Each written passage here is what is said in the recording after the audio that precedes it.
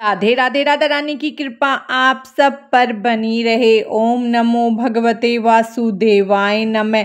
आज हम माघ पूर्णिमा की व्रत कथा सुनेंगे, तो चलिए हम पूर्णिमा की व्रत कथा शुरू करते हैं। पौराणिक कथा में वर्णन मिलता है कि किसी नगर में धनेश्वर नाम का एक ब्राह्मण रहता था। उसकी पत्नी रूपवती, पतिव्रता और सर्वगुण संपन्न थी। बस दुख था तो सिर्फ इस बात का कि उनकी कोई संतान नहीं थी। यही कारण था कि वो दोनों बहुत चिंतित रहते थे। एक बार उस नगर में एक महात्मा आए।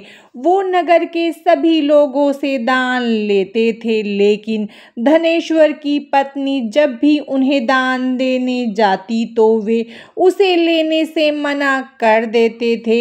एक दिन धनेश्वर ने उन महात्मा से जाकर पूछा, हे महात्मन, आप नगर के सभी लोगों से दान लेते हैं, लेकिन मेरी पत्नी के हाथ का दान क्यों नहीं स्वीकार करते? हमसे अगर कोई भूल हुई है तो हम ब्राह्मण दंपत्ति आपसे क्षमा याचना करते हैं। महात्मा बोले, नहीं विप्र, तुम तो बहुत ही विनम्र और हमेशा आदर सत्कार करने वाले ब्राह्मण हो। तुमसे भूल तो कदापि नहीं हो सकती। महात्मा की बात सुनकर धनेश्वर हाथ जोड़कर बोला, हे मुनीश्वर, फिर आखिर क्या कारण है? कृपा हमें उससे अवगत कराएं। इस पर महात्मा बोले, हे विप्र, तुम्हारे कोई संतान नहीं है और जो दंपत्ति निसंतान हो उसके हाथ से भिक्षा लेना अधम या पापी के हाथ से भिक्षा ग्रहण करने के समान है। तुम्हारे द्वारा दिया गया दान लेने के कारण मेरा पतन हो जाएगा। बस यही कारण है कि मैं तुम दंपत्ति का दान स्वीकार नहीं करता। महात्मा के ऐसे वचन सुनकर धनेश्वर उनके चरणों में गिर पड़ा और विनती करते हुए बोला, हे महात्मन, संतान का ना होना ही तो हम पति पत्नी के जीवन की सबसे बड़ी निराशा है। यदि संतान प्राप्ति का कोई उपाय हो तो बताने की कृपा करें। मुनिवर ब्राह्मण का दुख देखकर महात्मा बोले, हे विप्र, तुम्हारे इस कष्ट का निवारण अवश्य है।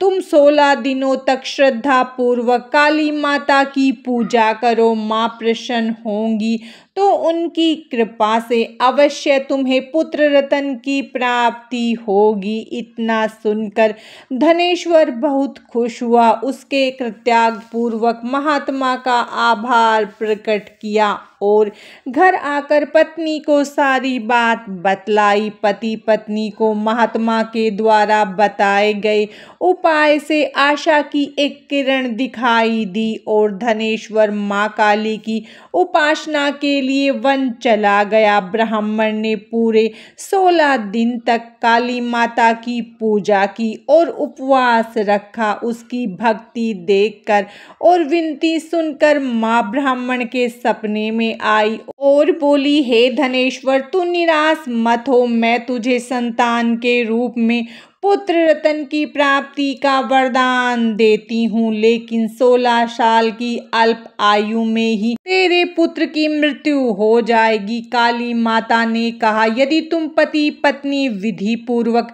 32 पूर्णमासी का व्रत करोगे तो तुम्हारी संतान दीर्घ आयु हो जाएगी। प्रातःकाल जब तुम उठोगे तो तुम्हें यहाँ आम का एक वृक्ष दिखाई देगा। उस पेड़ से एक फल तोड़ना और ले जाकर अपनी स्त्री को खिला देना। शिव जी की कृपा से तुम्हारी पत्नी गर्भवती हो जाएगी। इतना कहकर माता अंतर्ध्यान हो गई। प्रातःकाल जब धनेश्वर उठा तो उसे आम का एक वृक्ष दिखाई दिया जिस पर बहुत ही सुंदर फल लगे थे। वो काली माता के कहे अनुसार फल तोड़ने के लिए वृक्ष पर चढ़ने लगा। उसने कई बार प्रयास किया लेकिन फिर भी फल तोड़ने में असफल रहा। तभी उसने विघ्नहर्ता भगवान गणेश का सुमिरन किया और गणपति भगवान की कृपा से इस बार वो वृक्ष पर चढ़कर फल तोड़ लाया। धनेश्वर ने अपनी पत्नी को वो फल दिया जिसे खाकर वो कुछ समय बाद गर्भवती हुई। दंपति काली माँ के निर्देशानुसार हर पूर्णिमा पर दीप जलाते रहे। कुछ दिन बाद भगवान शिव की कृपा हुई और ब्राह्मण की पत्नी ने एक सुंदर बेटे को जन्म दिया जिसका नाम उन्होंने देवीदास रखा। जब पुत्र 16 वर्ष का होने को हुआ तो माता पिता को चिंता होने लगी। इस वर्ष उसकी मृत्यु निश्चित है। दंपति ने देवीदास के मामा को बुलाया और कहा, तुम देवीदास को विद्या अध्ययन के लिए काशी ले जाओ और 1 वर्ष बाद वापस लाना। दंपति पूरी आस्था के साथ पूर्णमासी का व्रत कर पुत्र के दीर्घायु होने की कामना करते रहे। इधर काशी प्रस्थान के बाद मामा भांजे एक गांव से गुजर रहे थे। वहां एक कन्या का विवाह हो रहा था, परंतु विवाह होने से पूर्व ही उसका वर अंधा हो गया। तभी वर के पिता ने देवीदास को देखा और मामा से कहा, तुम अपना भांजा कुछ समय के लिए हमें दे दो, विवाह संपन्न हो जाए उसके बाद ले जाना। यह सुनकर मामा ने कहा, यदि मेरा भांजा यह विवाह करेगा तो कन्यादान में मिले धन आदि पर हमारा अधिकार होगा। वर के पिता ने मामा की बात स्वीकार कर ली और देवीदास के साथ कन्या का विवाह संपन्न हो गया। इसके पश्चात देवीदास पत्नी के साथ भोजन करने बैठा लेकिन उसने उस थाल को हाथ नहीं लगाया। यह देखकर पत्नी बोली, स्वामी आप भोजन क्यों नहीं कर रहे हैं? आपके चेहरे पर यह उदासी कैसी है? तब देवीदास ने सारी बात बतलाई। यह सुनकर कन्या बोली, स्वामी मैंने अग्नि को साक्षी मानकर आपके साथ फेरे लिए हैं।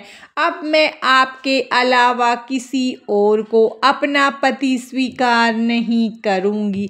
पत्नी की बात सुनकर देवीदास ने कहा, ऐसा मत कहो, मैं अल्प आयु हूँ। कुछ ही दिनों में 16 वर्ष की आयु होते ही मेरी मृत्यु निश्चित है। लेकिन पत्नी ने कहा, जो भी उसके भाग्य में लिखा होगा उसे स्वीकार है। देवीदास के बहुत कहने पर भी जब वो नहीं मानी तो देवीदास ने उसे एक अंगूठी दी और कहा, मैं विद्या अध्ययन के लिए काशी जा रहा हूँ, लेकिन तुम मेरे जीवन मरण के बारे में जानने के लिए एक पुष्प वाटिका तैयार करो।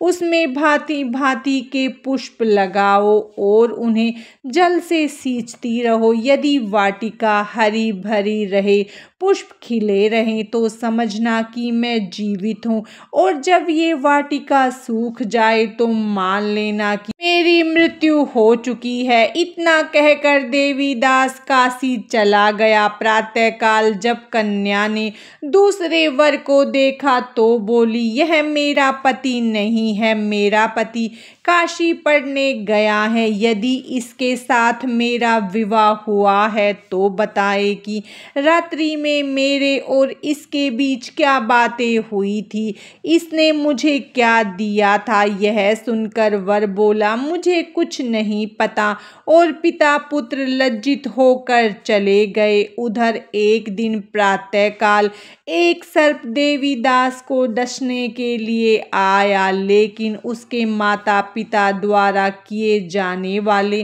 पूर्णिमा के व्रत के प्रभाव के कारण वो उसे डस नहीं पाया। तत्पश्चात काल स्वयं वहां आए और उसके शरीर से प्राण निकालने लगे। देवीदास मूर्छित होकर गिर पड़ा। तभी वहां माता पार्वती और शिवजी आए। देवीदास को मूर्छित देखकर देवी पार्वती बोली, हे स्वामी, देवीदास की माता ने 32 पूर्णिमा का व्रत रखा था, उसके फल स्वरूप कृपा आप इसे जीवन दान दे। माता पार्वती की बात सुनकर भगवान शिव ने देवीदास को पुनः जीवित कर दिया। इधर देवीदास की पत्नी ने देखा कि पुष्प वाटिका में एक भी पुष्प नहीं रहा। वो जान गई कि उसके पति की मृत्यु हो चुकी है और रोने लगी। तभी उसने देखा कि वाटिका पुनः हरी भरी हो गई। यह देखकर वो बहुत प्रसन्न हुई। उसे पता चल गया कि देवीदास को प्राणदान मिल चुका है। जैसे ही देवीदास 16 वर्ष का हुआ, मामा भांजा काशी से वापस चल पड़े। रास्ते में जब वो कन्या के घर गए तो उसने देवीदास को पहचान लिया और अत्यंत प्रसन्न हुई। धनेश्वर और उसकी पत्नी भी पुत्र को जीवित पाकर हर्ष से भर गए। पौराणिक मान्यता है कि जो स्त्री श्रद्धा पूर्वक पूर्णिमा का व्रत रखती है और कथा सुनती है, उन्हें संतान का सुख मिलता है, संकट से मुक्ति मिलती है और समस्त मनोकामनाएं पूर्ण होती है। माघ पूर्णिमा की व्रत कथा समाप्तम। भगवान श्री हरि विष्णु और माता लक्ष्मी की कृपा आप सब पर सदा बनी रहे। राधे राधे।